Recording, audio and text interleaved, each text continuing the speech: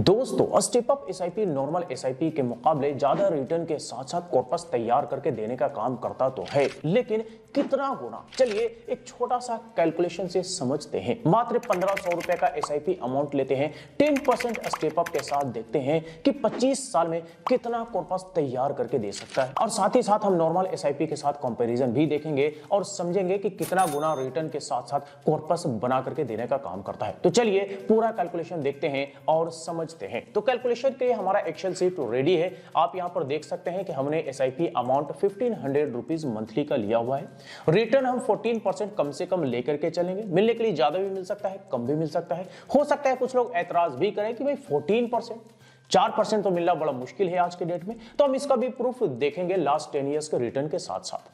Step up हम 10% yearly लेकर के चलेंगे, उसी तरह से जिस तरह से हमारे सैलरी में हाइक या फिर हमारे इनकम में बढ़ोतरी हो रहा होता है, उसी तरह से हम अपने इन्वेस्टमेंट में भी 10% का ईयरली स्टेप अप करेंगे। ड्यूरेशन 25 इयर्स तक का रखेंगे, यानी कि 25 इयर्स तक का कैलकुलेशन हम यहां पर देखने वाले हैं। इन्फ्लेशन 5% लेकर के चलेंगे और देखेंगे कि फ्यूचर वैल्यू जो होने वाला है वो इन्फ्लेशन एडजस्टमेंट करने के बाद कितना होने वाला है और कितना गुना इन्फ्लेशन फ्यूचर में बढ़ने वाला है। अब आप यहां पर देखेंगे, आपको ईएस देखने को मिलेगा, यहां पर आपको एसआईपी अमाउंट देखने को मिलेगा, यहां पर आपको टोटल इन्वेस्टमेंट ईयरली देखने को मिलेगा, यहां पर आपको टोटल रिटर्न अमाउंट ईयरली देखने को मिलेगा, यहां पर आपको टोटल कॉर्पस ईयरली देखने को मिलेगा, यहां पर आपको मल्टीपल्स देखने को मिलेगा हर 5 साल में, यहां पर आपको इन्फ्लेशन एडजस्टमेंट करने के बाद हर 5 साल में क्या वैल्यू रहने वाला है ये देखने को मिलेगा, और यहां पर आपको देखने को मिलेगा इन्फ्लेशन कितना गुना हर 5 साल में बढ़ता है। चलिए पहले साल का कैलकुलेशन देखते हैं। पहले साल कैलकुलेशन देखते हैं। 1500 रुपए की मंथली के एसआईपी की शुरुआत की गई। टोटल इन्वेस्टमेंट एक साल में 18,000 रुपए का हो चुका है। रिटर्न अमाउंट हमारा एक साल में बनता है 1425 रुपए। टोटल हमारा अमाउंट यानी कि कॉर्पस एक साल में बन जाता है 19,425 रुपए, यानी कि मल्टीपल्स हो गया 1.1 गुना। इन्फ्लेशन एडजस्टमेंट करने के बाद वैल्यू हमारा बनता है 18,500 रुपए एक साल बाद, यानी कि इन्फ्लेशन बढ़ा 1.05 गुना एक साल में। अब आइए पांचवा साल देखते हैं। पांचवा साल आप देखेंगे तो 2,196 रुपए का एसआईपी अमाउंट हो गया मंथली का स्टेप अप होते होते। टोटल इन्वेस्टमेंट 5 साल में 1,09,892 रुपए का हो गया। रिटर्न अमाउंट हमारा बनता है 45,652 रुपए का। टोटल कॉर्पस हमारा 5 साल में तैयार हो चुका है 1,55,544 रुपए, यानी कि लगभग 1.5 गुना हमारे पैसे 5 साल में बन चुके हैं। लेकिन इन्फ्लेशन एडजस्टमेंट करने के बाद वैल्यू आप देखेंगे 5 साल बाद तो 1,22,476 रुपए रह जाता है, यानी कि इन्फ्लेशन बढ़ा 1.27 टाइम्स 5 इयर्स में। अब आइए 10 इयर्स का कैलकुलेशन देखते हैं। तो 3,537 रुपए का मंथली का एसआईपी अमाउंट हो गया 10% का ईयरली स्टेप अप होते होते। टोटल इन्वेस्टमेंट 10 साल में 2,86,874 रुपए का हो गया। टोटल रिटर्न अमाउंट हमारा 10 साल में बनता है 2,75,593 रुपए, यानी कि इन्वेस्टमेंट के बराबर हमारा यहाँ पे सिर्फ और सिर्फ 10 साल में रिटर्न बनता दिख रहा है। टोटल कॉर्पस की बात करें तो 5,62,467 रुपए रह जाता है, यानी कि 2 गुना के आसपास हमारे पैसे 10 साल में बन चुके। लेकिन इन्फ्लेशन एडजस्टमेंट करने के बाद वैल्यू आप देखेंगे 10 साल बाद तो 3,47,202 रुपए रह जाता है, यानी कि महंगाई बढ़ा 1.62 गुना 10 साल में। अब आइए 15वां साल देखते हैं। 15वां साल आप देखेंगे तो हमारा जो एसआईपी अमाउंट है स्टेप अप होते होते जो है 5,696 रुपए मंथली का हो गया। टोटल इन्वेस्टमेंट 15 साल में 5,71,905 रुपए हो गया। वहीं हमारा 15 साल में रिटर्न बनता है 9,60,000 रुपए के आसपास में, जो कि इन्वेस्टमेंट के मुकाबले कहीं ज्यादा हमारा सिर्फ और सिर्फ 15 साल का रिटर्न है। टोटल कॉर्पस की बात करें तो 15,31,530 रुपए 15 साल में बन जाता है, यानी कि 2.7 गुना हमारे पैसे 15 साल में यहां पे बनता दिख रहा है। लेकिन इन्फ्लेशन एडजस्टमेंट करने के बाद वैल्यू आप देखेंगे तो 7,39,870 रुपए रह जाता है, यानी कि इन्फ्लेशन बढ़ा 2 टाइम्स से भी ज्यादा, यानी कि 2.07 टाइम्स। अब अगर हमारा महंगाई 2 गुना होता है 15 साल में तो हमारे पैसे का वैल्यू आधा हो जाता है, जैसे कि आप यहां पे देख सकते हैं कि टोटल अमाउंट का वैल्यू जो है इन्फ्लेशन एडजस्टमेंट करने के बाद आधा यहां पे दिख रहा है। अब आइए 20वां साल देखते हैं। 20वां साल आप देखेंगे तो 9,174 रुपए का एसआईपी अमाउंट 10% का ईयरली स्टेप अप होते होते हो गया। टोटल इन्वेस्टमेंट 20 साल में 10,30,950 रुपए का हो गया। रिटर्न अमाउंट हमारा बनता है 26,90,447 रुपए का, यानी कि टोटल कॉर्पस 37,21,397 रुपए का हो गया, यानी कि 3.6 गुना हमारे पैसे 20 साल में बन चुके। लेकिन इन्फ्लेशन एडजस्टमेंट करने के बाद वैल्यू बचता है 20 साल बाद वो बचता है 14,04,301 रुपए, यानी कि 2.65 गुना हमारे पैसे 20 साल में बन चुके। अब आइए 25वां साल देखते हैं। 25वां साल आप देखेंगे तो स्टेप अप होते होते मंथली का एसआईपी अमाउंट जो है वो 14,775 रुपए का हो चुका है। टोटल इन्वेस्टमेंट 25 साल में 17,70,247 रुपए का हो चुका है और हमारा जो सिर्फ और सिर्फ रिटर्न बनता है 25 साल में वो 67,39,847 रुपए का बनता है। यानी कि टोटल कॉर्पस 25 साल में तैयार हो चुका है 85,10,094 रुपए, यानी कि लगभग 5 गुना हमारे पैसे 25 साल में बन चुके हैं। लेकिन इन्फ्लेशन एडजस्टमेंट करने के बाद वैल्यू आप देखेंगे तो लगभग 25 लाख रुपए रह जाता है, यानी कि 3.38 गुना महंगाई बढ़ा 25 साल में।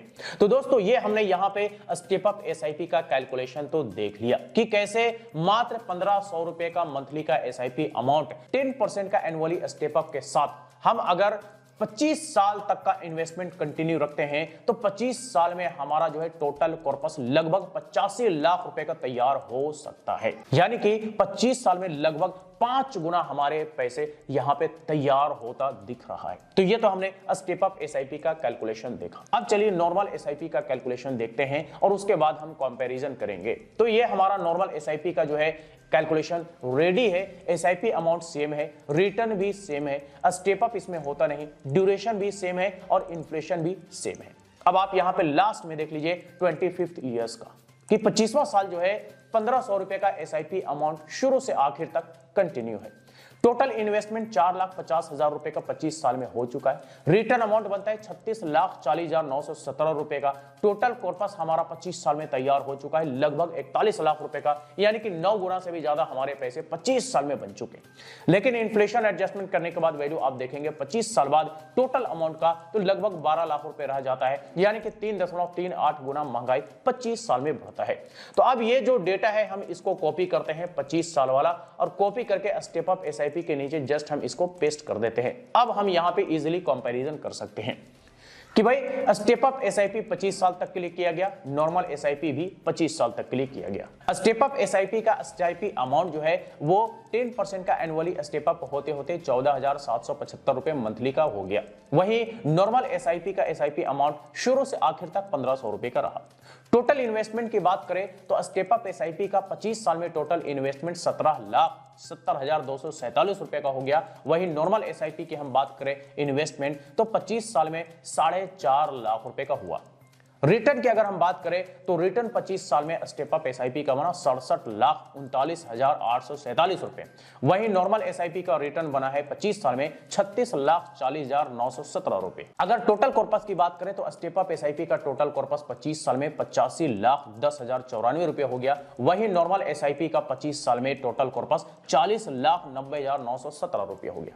अब अगर हम बात करें कि स्टेप अप एसआईपी का नॉर्मल एसआईपी के मुकाबले कितना गुना रिटर्न और कितना गुना टोटल कॉर्पस बना, तो अब आप यहां पर देख सकते हैं कि ये हमारा फॉर्मूला लगा हुआ है। फिर से हम इस फॉर्मूले को अप्लाई करते हैं, is equal to return amount step up SIP का और हम इसको डिवाइड कर देंगे नॉर्मल एसआईपी के रिटर्न से। हमारा जो है मल्टीपल्स निकल करके आ जाएगा, यानी कि 2 गुना और हाफ का आपको फर्क यहां पे स्टेप अप एसआईपी और नॉर्मल एसआईपी के रिटर्न में देखने को मिल रहा है। उसी तरह से अगर हम टोटल कॉर्पस की बात करें तो टोटल कॉर्पस में कितना गुना का फर्क है, तो इसका भी हम चलिए फॉर्मूला अप्लाई कर लेते हैं। हम is equal to total corpus लेते हैं स्टेप अप एसआईपी का और नॉर्मल एसआईपी के टोटल कॉर्पस से हम डिवाइड कर देते हैं, तो यहां पर भी 2 आता है, यानी कि हाफ एंड डबल का यहां पे भी आपको फर्क देखने को मिलता है normal SIP versus step up SIP के टोटल कॉर्पस में। तो हमें ये तो यहां पे समझ में आ गया कि स्टेप अप एसआईपी का जो रिटर्न और टोटल कॉर्पस है वो नॉर्मल एसआईपी के मुकाबले लगभग डबल या डबल से भी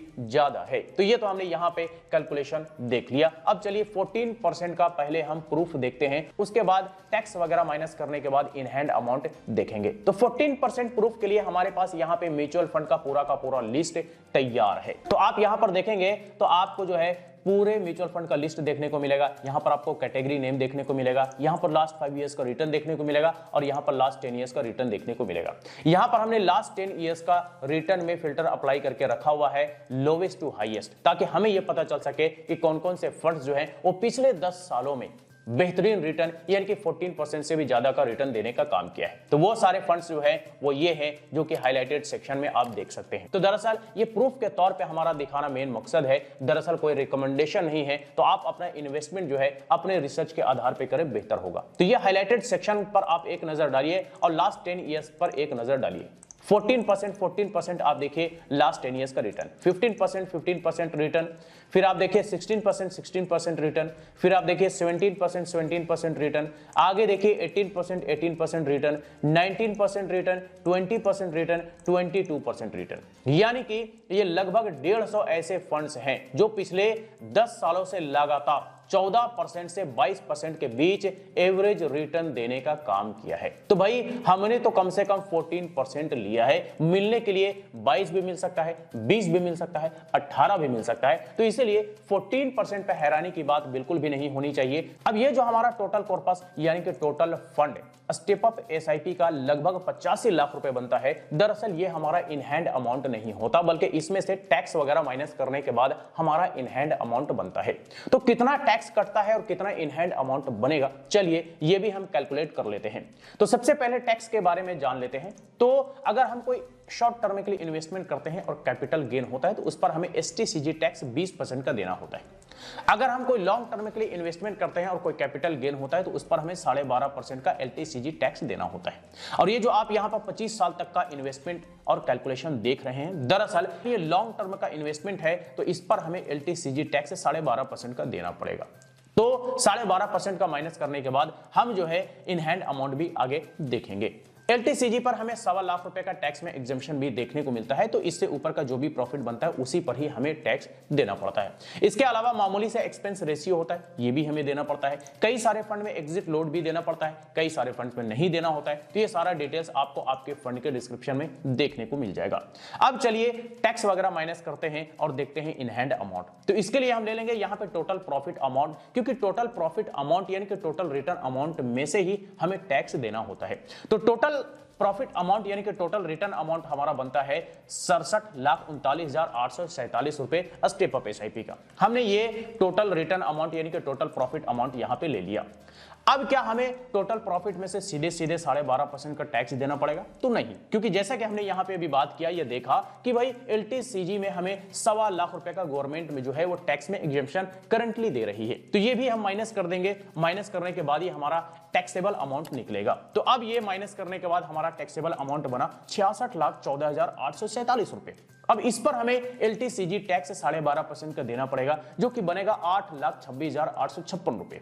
अब इसको माइनस करेंगे तो हमारा नेट प्रॉफिट अमाउंट बनेगा 57,87,991 रुपए। ये हमारा प्योर नेट प्रॉफिट अमाउंट है, ये हम कह सकते हैं कि प्योर रिटर्न अमाउंट है। अब अगर हम टोटल अमाउंट करें तो टोटल करने के लिए हमें लेना पड़ेगा ये हमारा नेट प्रॉफिट अमाउंट प्लस हमारा इन्वेस्टमेंट अमाउंट 17,70,247 रुपए प्लस टैक्स एग्जेम्पशन अमाउंट। ये तीनों जैसी लेकर के हम टोटल करते हैं तो हमारा ये इन हैंड अमाउंट निकल करके आ जाता है, जो कि बनता है 76,83,238 रुपए। ये हमारा इन हैंड अमाउंट है। इसमें से अब हमें किसी को किसी भी तरह का कोई खर्चा नहीं देना है। तो दोस्तों ये हमने यहाँ पे एक छोटा सा स्टेप अप एसआईपी का कैलकुलेशन देखा और ये समझा कि नॉर्मल एसआईपी के मुकाबले लॉन्ग टर्म में कितना गुना हमारा टोटल रिटर्न बनता है, साथ ही साथ कितना गुना हमारा टोटल कॉर्पस बनता है। तो आई होप कि अब आपको यह समझ में आ गया होगा कि कैसे step up SIP normal SIP के मुकाबले ज्यादा रिटर्न के साथ साथ ज्यादा कॉर्पस बना करके तो देने का काम करता है, लेकिन लॉन्ग टर्म में